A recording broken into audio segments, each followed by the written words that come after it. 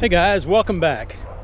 I just started a new sport with my son who's 19. I decided it would be a good idea at this point to talk about specific fitness versus general fitness, the pros and cons, and how it applies to getting older.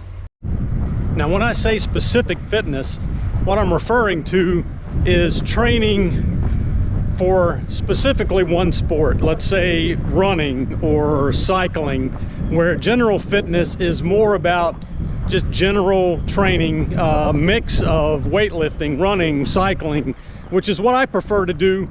But there are pros and cons to both approaches, and let's talk about them. I'll start with specific fitness, and what I see, number one, as the main benefit of specific fitness is mastery.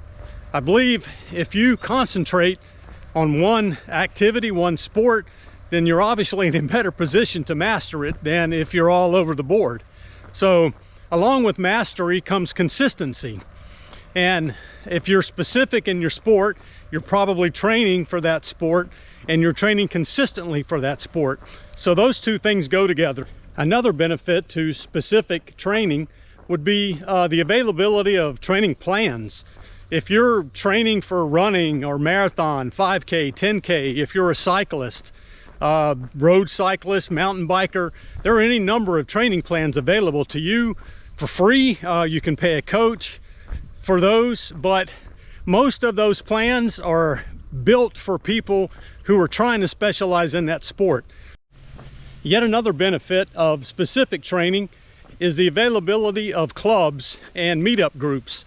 There are a ton of, probably in your local area, you have access to bike clubs, to running clubs, and almost without exception, those clubs are based around people who are interested specifically in that sport and want to train in that sport. Along with those positive benefits, there are also some pitfalls. And I believe those pitfalls become a little more pronounced as we age. So you have to be careful of these if you're going to specialize in a sport. And the first one is the fact that because you're doing the same thing over and over, you're much more susceptible to an overuse injury. The second pitfall, I believe, is a higher risk for burnout. So as you age, especially if you're doing the same thing day in and day out, you just have a higher risk for burnout than if you're just generally changing and swapping it up. So you have to be on your guard against that and make sure that you're at least putting a little bit of effort into doing something different if you approach that burnout phase. And lastly, I think you have to be on your guard against the loss of general fitness. Sports like cycling and running are very aerobically intense, but don't place a whole lot of stress on the upper body.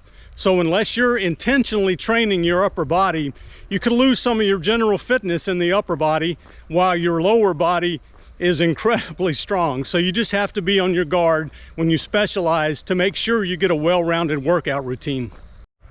Now let's talk about some pros and cons of general fitness. And the biggest pro to general fitness was what I just talked about as a con for the specific fitness, and that's the fact that you have a more well-rounded workout routine. If you're doing upper body, lower body, stretching, mobility work, you're generally able to do a wider variety of sports than if you just specialize in one specific thing. So I think your general fitness level is increased if you don't specialize. I think also as a generalist, you're less likely to burn out. You're doing a wider variety of sports and workout routines, so you're just less likely to burn out overall than somebody who's only training for a specific sport.